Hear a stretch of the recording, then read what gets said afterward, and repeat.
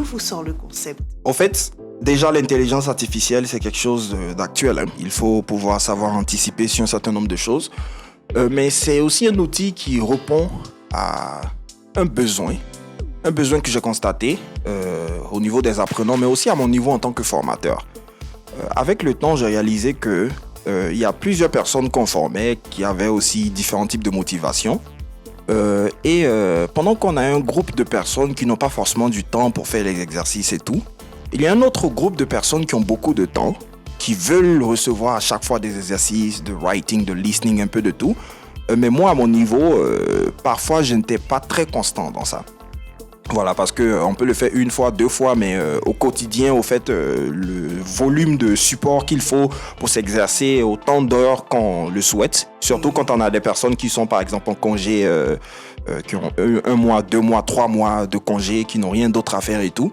Il faut être présent, il faut pouvoir leur fournir assez de support. Et je me suis dit, mais si on essaie d'être proactif, d'être autocritique et d'améliorer les choses, qu'est-ce qu'on pourrait trouver comme solution pour pallier cela? Avec le temps, on a l'outil, on a l'intelligence artificielle. Je vois qu'il y a des plateformes qui nous permettent d'avoir des feedbacks automatiques et tout.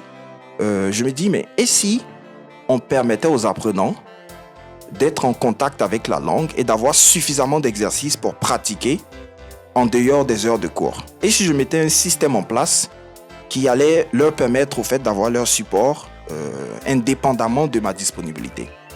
Et voici comment je travaille avec une équipe d'experts qui arrive à faire cette parfaite intégration de l'intelligence artificielle sur cette plateforme. On a des activités de speaking et de listening essentiellement. Ce sont les deux éléments fondamentaux pour développer des compétences linguistiques. Voilà, généralement, on a suivi des cours, on a eu la grammaire, la théorie, un peu de tout, mais le speaking et le listening, les personnes qui viennent vers moi, c'est ça leur problème. Donc, c'est ce qu'on essaie de résoudre avec cette plateforme en leur permettant de parler autant de fois qu'ils peuvent et d'interagir sans avoir un interlocuteur physique.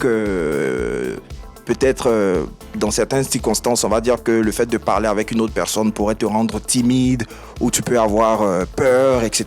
Donc, tu parles tout seul, tes erreurs, tu les gardes pour toi-même, tu apprends de tes erreurs et ça te prépare à d'autres éventualités, des circonstances de la vie pratique dans lesquelles tu pourrais parler avec d'autres personnes. Donc, voici comment on arrive à développer cela. On permet aux apprenants, avec un système de reconnaissance vocale, d'enregistrer les voix.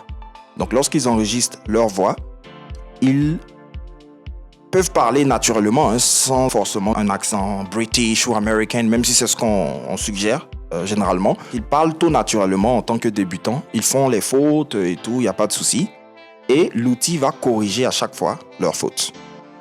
Voilà. Et donc, c'est comme ça que je me suis dit, mais et si on développait quelque chose comme ça et qu'en plus de la formation, on donnait l'occasion aux apprenants de pouvoir s'exercer tout le temps. Même si une personne a 3 heures, 4 heures de temps, comme je l'ai fait dans le passé avec l'anglais, à consacrer à l'apprentissage par jour, cette plateforme peut répondre à ce besoin. Vous pouvez vous exercer, parler tout le temps, faire des petites conversations et tout. Et donc, voilà. Voici comment l'idée naît.